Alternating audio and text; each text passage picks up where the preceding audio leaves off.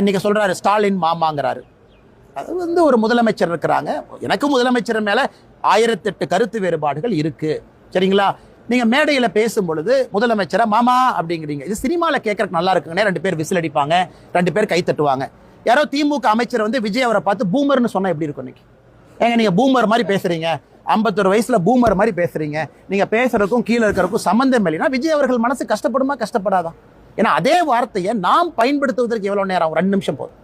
ஆனால் சில வார்த்தைகளை சில இடத்துல பயன்படுத்துவதற்கு முன்பு மக்கள் பக்குவத்தை எதிர்பார்க்கிறாங்க. பக்குவம் இல்லாம எப்படி முதலமைச்சராக தமிழக மக்கள் ஏற்றுக்கொள்வார்? நன்றி அண்ணா. Wait a minute.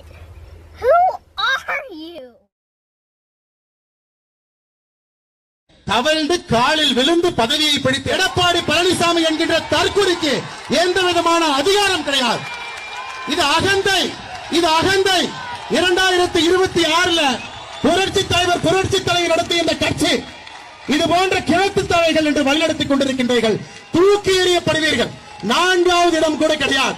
2026 சட்டமன்ற தேர்தலில் அனைத்து இந்திய அண்ணா திராவிட முன்னேற்ற கழகத்திற்கு 4வது இடம் கூட கிடையாது. அடுத்த 8 மாத காலம் கடுமையாக உழைத்து திராவிட முன்னேற்ற கழகத்தினுடைய ஆட்சியை அகற்றிவிட்டு தேசிய ஜனநாயக கூட்டணியுடைய ஆட்சி இன்று நம்முடைய எதிர்க்கட்சி தலைவராக இருக்கக்கூடிய அண்ணன் எடப்பாடி பழனிசாமி அவர்களை ஆட்சியில் அமர வைக்க வேண்டிய பொறுப்பு தேசிய ஜனநாயக கூட்டணியினுடைய ஒரு தொண்டனுக்கும் இருக்கு. சின்ன சேனலுக்கு எதா இருந்தாலும் அது கொஞ்சம் ஆதரவு கொடுங்க.